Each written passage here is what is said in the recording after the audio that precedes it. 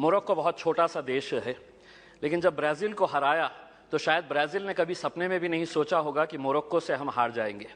Messi की Argentina को जब सऊदी अरब ने हराया तो अर्जेंटीना ने कभी सोचा भी नहीं होगा कि सऊदी अरेबिया हमें इस तरह से हरा सकता है करके।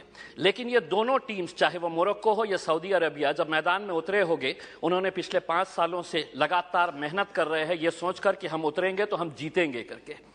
हमें 135 करोड़ की आबादी वाले देश के अंदर हम लोग क्या कर रहे थे उस वक्त? हम टेलीविजन के सामने बैठे हुए थे और हम ताली बजा रहे थे।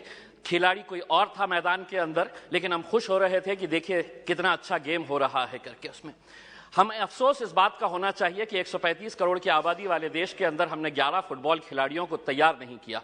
उस दिन सारे देश ने इस बात का चिंतन किया और हमने भी सोचा, यकीनन आपने भी सोचा होगा कि कहीं ना कहीं कुछ हमारी खेल नीतियों के अंदर कुछ बदलाव लाने की जरूरत है, वरना 135 करोड़ देश की आबादी अगर हम एक टीम तैयार नहीं कर रहे हैं तो कुछ ना कुछ कहीं ना कहीं गलत हो रहा है। इस बात का एहसास हुआ है और शायद वही एहसास को लेकर आज हम सभी लोग यहां पर इकट्ठा हुए हैं।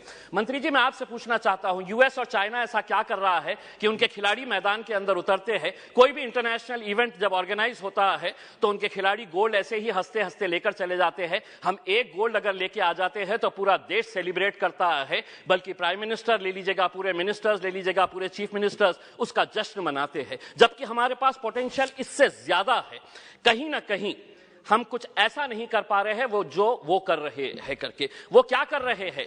तो वो बचपन से ही अपने खिलाड़ियों को आइडेंटिफाई कर रहे हैं, कौन हमारा खिलाड़ी कौन से खेल के अंदर है, और उसके बाद पूरी जिम्मेदारी उनके स्पोर्ट्स एसोसिएशन, फेडरेशन और वहां की सरकार उठा रही है।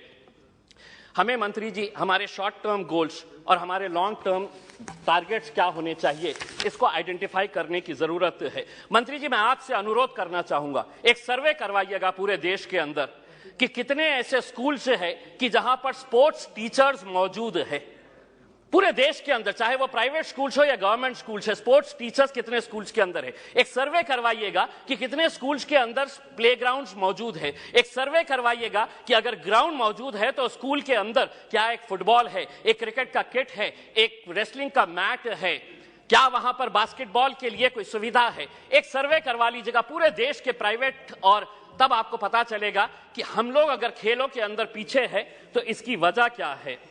अध्यक्ष महोदय, मैं आपसे के जरिए मंत्री जी से यह अनुरोध करना चाहूंगा, 75 साल देश के आजादी के हो गए हैं, हम वैसे भी करोड़ों रुपया ऐसे वैसे कामों के ऊपर खर्च कर रहे हैं। मंत्री जी, ये जिम्मा उठाइएगा कि 75 साल देश की आजादी के मौके के ऊपर हम हर स्कूल को एक स्पोर्ट्स किट प्रोवाइड करेंगे, जिसके अंदर एक फुटबॉल रहेगा, एक रेसलिंग का मैट रहेगा, एक बैडमिंटन के लिए, वॉलीबॉल के लिए जो नेट लगता है वो रहेगा। अध्यक्ष महोदय, एक मिनट, मैं सिर्फ सुझाव दे रहा हूं, और उसके ऊपर लिखिएगा कि अगर खेलेगा इंडिया तो जीतेगा इंडिया। उसके ऊपर आपकी तस्वीर लगाइए, आदरणीय पंत प्रधान जी की तस्वीर लगाइए, और एक 75 साल का तोहफा बोल के देश के तमाम स्कूल्स को आप ये दीजिएगा। हर राज्य के अंदर 4 कम से कम स्पोर्ट्स यूनिवर्सिटीज होनी चाहिए। मेरे शहर के अंदर थी, पूना वालों ने उठाकर उसे पूना लेकर चले गए।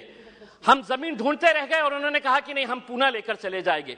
4 स्पोर्ट्स यूनिवर्सिटी, जिसका फोकस एरिया यही होना चाहिए, sports education, sports management, sports science, sports research और स्पोर्ट्स न्यूट्रिशन। मैं मंत्री जी आपको बताना चाहता हूं, औरंगाबाद के अंदर एक स्पोर्ट्स अथॉरिटी ऑफ इंडिया का साई का एक्सीलेंसी सेंटर है।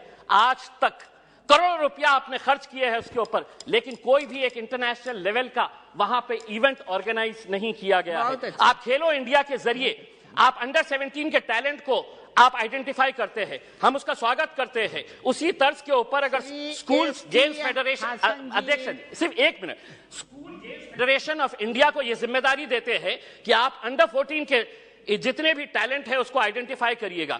दूसरा, सबसे जाते जाते सिर्फ ये कहना चाहूंगा, भारतीय जनता पार्टी के एक एमपी है बृजभूषण सिंह जी, वो खुद एक पहलवान है। अगर वो रेसलिंग फेडरेशन ऑफ इंडिया के प्रेसिडेंट है तो हम उसका स्वागत करते हैं, लेकिन जिसने कभी जिंदगी में कोई एक गोल नहीं किया वो फुटबॉल एसोसिएशन का प्रेसिडेंट, जिसने कभी क्रिकेट बैट नहीं पकड़ा वो क्रिकेट एसोसिएशन का प्रेसिडेंट हो गया है। इसीलिए हम आपसे अनुरोध करेंगे, एक नियम बनाइए, राजनेताओं को खेलों से दूर रखिएगा, तब जाकर हमारे खिलाड़ी दुनिया के ऊपर राज करेंगे। बहुत बहुत धन्यवाद। श्री एस टी हासन जी।